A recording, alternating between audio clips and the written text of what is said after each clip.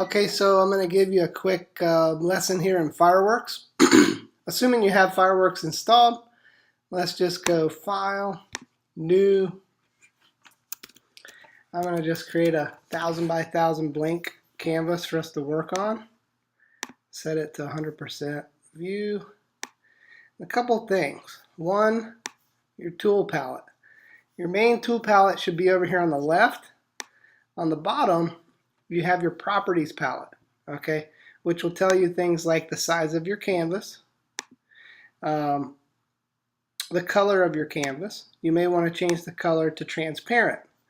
So this is important if you need to create a graphic which has no background. So for example, if we were to draw a button, and I say we draw this button and make it black, and we want to give it rounded corners, so let's bring this up to 25 or 30. Okay. Then let's say you want to give it the shiny look. Okay.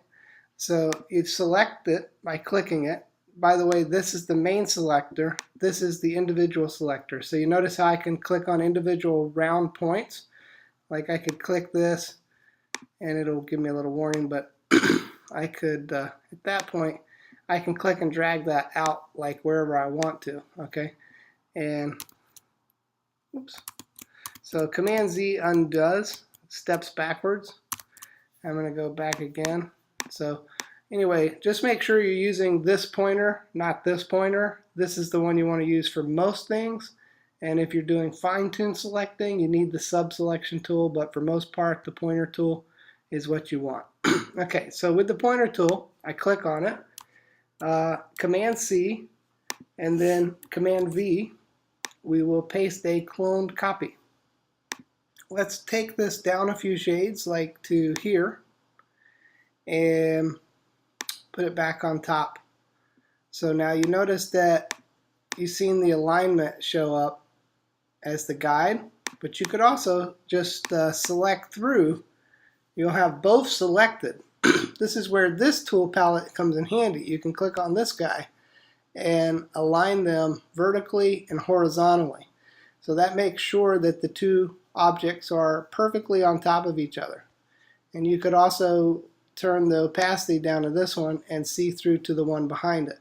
Now since we're dealing with black and a lighter shade of black, it's not really that apparent, but if I were to say use this pink or fuchsia color and then I were to use the opacity and to tone it down, you could see you're seeing the black behind the fuchsia is creating that new color.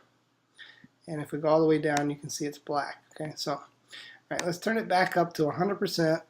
Let's set the color to this lighter gray. And now we're going to use the pen tool. And I'm going to set a marker over here to the left. I'm going to go to the center, and I'm just going to pull out something like that. And then I'm going to set it over here to the right. And then anywhere outside the boundary is fine, okay? So this will be perfect. Now notice that that shape, actually, we'll use this fuchsia again, the shape that I just drew is sort of like a hood, okay? But it's the main thing is it's got this round edge, and as you can see, its perimeter is larger than the base of this. So we're going to select it, make it invisible. So we still have a shape there, but the inner fill color, which this controls, we set that to nothing. So this is how you turn that into invisible. And if you want to set the stroke, which is the outer edge, okay, you can click on this and you can see we have a stroke. So that, I'm going to select it again because I want the stroke also set to transparent. So I'm going to click on this little white guy with the red line through it. Okay, so now we have a transparent shape with this rounded piece in the front. I'll show you why that's interesting, because now we can click on the gray guy, and I'm going to use Command X to cut that out. Let me do that again. Command Z to go backwards. So we could also do Edit Cut. Now, once you have that cut, it's on your clipboard. So then what I'm going to do is I'm going to select just kind of drew a little bit over here because I knew that invisible shape is over there. As soon as it gets selected, the pointer outline shows up. With that selected, we can hit Edit, Paste Inside. Okay, so that's really cool because now we have this nice, cool, like effect going on that you see a lot of people use out there. So it kind of creates that type of a button. This particular button is kind of large. So we can reduce this down somewhat. And you see this button, okay, but let's just say we were to pick yellow, and then we change this color to a lighter yellow, like maybe this yellow. So you can see that, right? And then I would select again, paste, and turn this to invisible, but maybe put this as a black line around it. Okay, so now we have a yellow button. So now if you want to move everything, select through, and then you can drag everything around because it's all selected. Alright, so now with that selected, we might just click here with the text tool and say add to cart. One of my favorite fonts to use is Myriad Pro, but you could use whatever.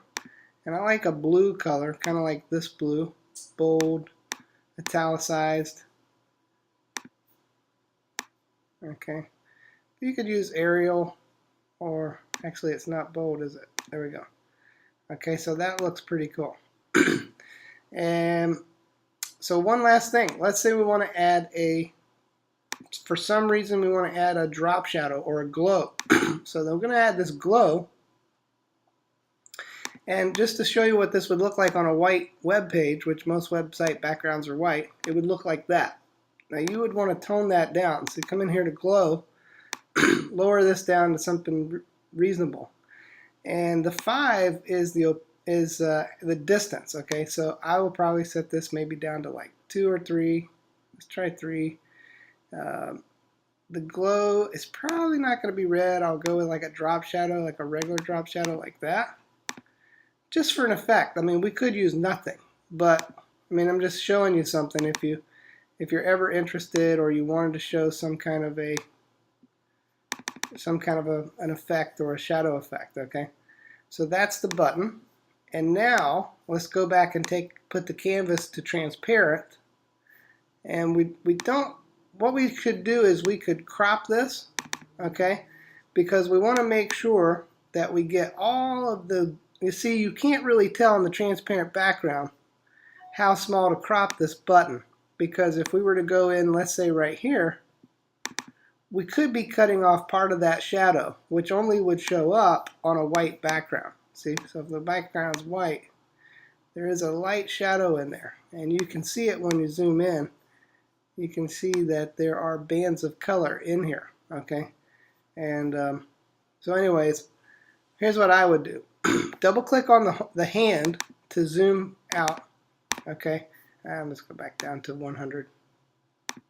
Okay, and now I'm going to Command Z to go back to this size. And when I trim this thing, I'm going to just go Modify, Canvas, Trim Canvas. Now you see the reason why it didn't trim all the way to the black edge of this border is because there's a slight shadow in here. Okay, so that is the only reason it did not trim this area. And we will basically take this now and we will say File, Image Preview. Here we want to be a PNG because notice we still have this checkered transparent background. If I change that to a JPEG, it's going to be a white background. And suppose this is going on a black website. Well, you wouldn't want to have this white trim around it. You definitely would want to have this effect on it, okay? And then basically I would just say export, name this button, desktop, and export. Okay, so now what I've created is a button that is a PNG file, but it does not have access to all of these little parts. In order to have access to all these parts and edit them again, you'd want to File, Save As, and then what I would do is I would, if I were wanting to come in here to Graphics, and I could there's a yellow button I created. I could just saw this another yellow button. I could just say yellow button 01. Okay, but notice that it's saving as a fireworks PNG. So a fireworks PNG is a special PNG that when you open it in Fireworks, you will still be able to edit all of this stuff. So let's open the one we exported, and I'll show you. So I'm going to go, actually I'm going to create a new canvas. I'll make it again 1000 by 1000 just to have, and I'm going to make the background black. Okay, boom. So here's our new canvas, and this time I will file, or I will, yes, import. For my desktop, I'm going to get this button PNG, open, and get a preview of it. Just hit OK, and now paste. So just click on the canvas, and there it goes.